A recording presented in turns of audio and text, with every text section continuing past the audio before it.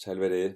Magnús Valur Pálsson heiti ég, grafískur hönnuður og myndmenntakennari og ég þakka fyrir þetta tækifæri sem ég fæ hérna á vegum Menntakviku til þess að kynna skemmtilegt verkefni sem ég tók þátt í á síðasta skólaári á vegum LÁN, listræns ákalls til náttúrunnar.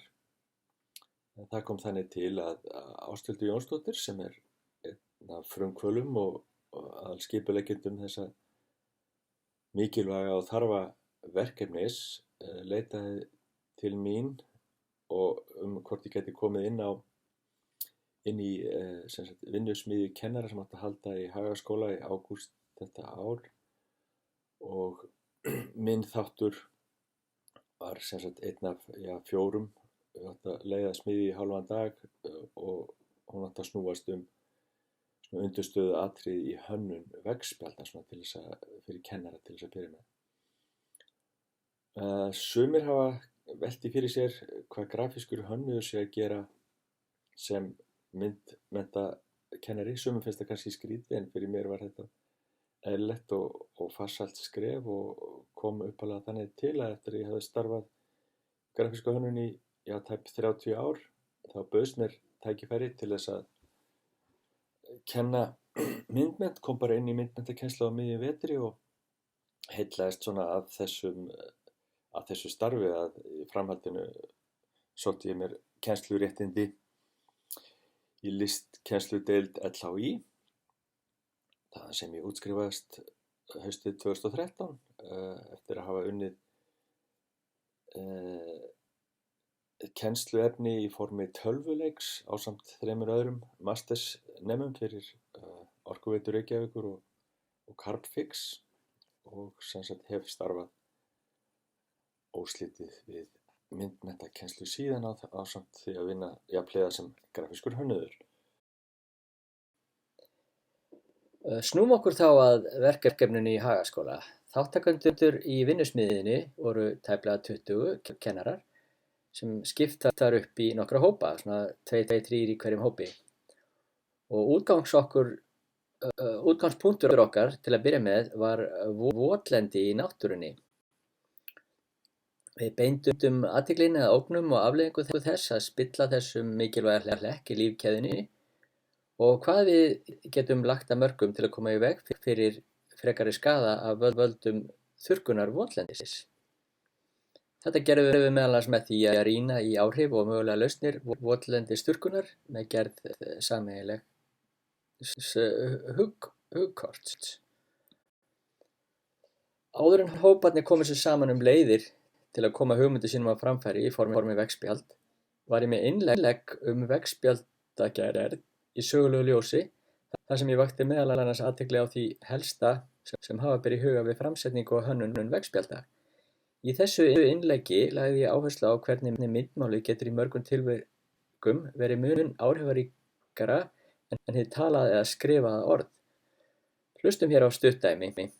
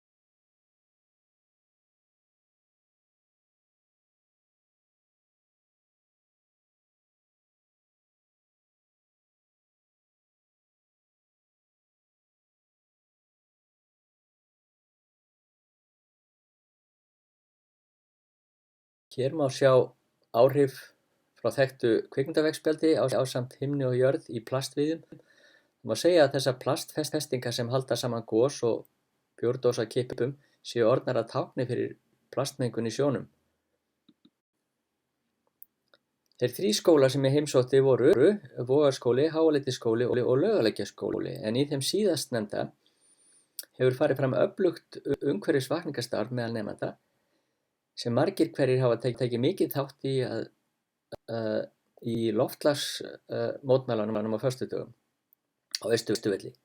Kristín Sif Jónídóttir, kennari við skólann, hafði unnið með þessum öfluga hópi áður en ég kom að vinnu þeirra við þetta verkefni. Þessi nemendur voru mjög áhugasamir og maður skynjaði mikinn eldhug, samstöðu og kraft á meðal þeirra. Loftslagsmálin brenna mjög heitt á þessari kynslóð sem nú er að taka við keflinu, en þau eru lausnamiðuð og meðvituð í sinni nálgun. Þó framtíðin sé kannski ekki björt í loftslagsmálum, þá er ekki hægt að segja annað en að seiglan og krafturinn í þessum krökkum vekur manni aukna bjartsýni á framtíðina. Að sjálfsögðu hafi COVID áhrif í þessu verkefni. Þessi myndræna framsetning sýnir að mögulega sé jörðin að refsa mannkyninu með COVID fyrir slælega frammistöðu í umhverfismálum fram til þessa. Vonandi tekst okkur að snúa við blaðinu áður en verður of seint. Frá byrjun lá það fyrir að veggspjöldin yrðu hluti af sýningum á vegum barnamenningarhátíðar í Hafnarhúsi og á Kjarvalsstöðum. Hliðarverkefni sem kom upp í tengslum við sýningarundirbúninginn var að mynda hluta þeirra sem staðið hafa að loftslagsmótmælunum á Austurvelli. Og út frá þessu ljósmyndum voru svo útbúnir standar til að sýningargestir gætu sett sig í spor mótmælenda. Í Hafnarhúsi voru veggspjöldin til sýnis ásamt fleiri verkefnum sem unnin höfðu verið á vegum Lán. Samanlagt voru veggspjöldin 30 talsins og vekja hvert með sínum hætti athygli á þeirri vá sem jarðarbúar standa nú frammi fyrir. Hugmyndaflugi og hönnunarhæfileikum þessara ungmenna virðast engin takmörk sett. Við skulum enda þessa samantekt á stuttu spjalli sem fór fram á Kjarvalsstöðum í tengslum við opnun barnamenningarhátíðar. Takk fyrir mig.